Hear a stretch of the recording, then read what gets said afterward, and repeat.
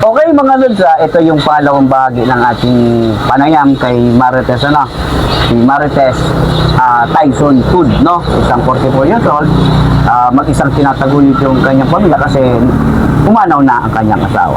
So ito yung pinaka-highlight ng pinunta natin dito mga lods. Yung hihingi ni Marites na scholar para sa kanyang anak na si Mark Andy. Salamat kay Lord, may tumugon mga lods. Salamat. Isa sa ating kaibigan, isa sa ating kabatch sa San Andres Vocational School, batch 96ers, nagtatrabaho ngayon sa Qatar, ang nagchat sa akin kahapon, sasagutin niya ang pag-aaral ni Mark Andy hanggang sa ito'y makatapos. Thank you, batch. Thank you. Ngayon pala nagpapasalamat na ako sa iyo.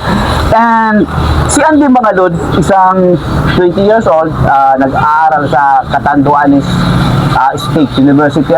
May kursong Bachelor of Industrial Technology, major in Welding and Fabrication. Si Mark Andy mga lods, ito yung hinihingi ng kanyang ina na si Tess, na sana makatapos man lang. Kasama na, siyempre, yung ilan pang anak mo nag-aaral, Tess? 3. Okay, 3 pa. Nasa elementary pa, High school, elementary. Sa high school, okay. So, friend, siguro naman, isahin na rin natin yung dalawa, Gasino lang naman, Okay, so, eto, Tess, may tumugon sa yung panawagan na gusto mo makatapos si Andy. Although hindi natin inabutan si Andy mga lods kasi pumasok, So, kailan bang enrollment? Kailan mag-uumpisa ang enrollment? Para sa, magsi-third year na siya, di ba? Okay. Magsi-third year college yung mga lods, August August ulit ang umpisa.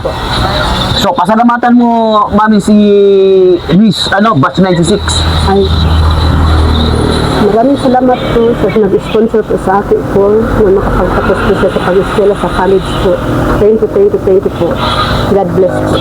Okay, hindi, ito mga lods, hindi may paliwanag ni Tess, Ako'y, ngayon lang to nangyari, yung garapon ng buhay, maging sponsor na yon doon sa scholar ni Juan, Ngayon lang, ito, si Mark Andy mga lods, ang pinakaunang scholar na i-sponsoran natin sa pamamagitan ng garapon ng buhay, at syempre, sa sponsor natin from Qatar, isang produkto ng batch 96ers, So, salamat sa iyo, madam. Ngayon pa lang, nagpapasalamat na ako sa iyo.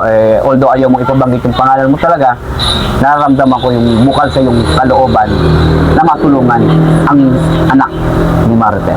Okay, God bless you sa iyo, madam. And muli, magandang umaga, Barangay Marinawa, Bato. Have a nice day, mga lods.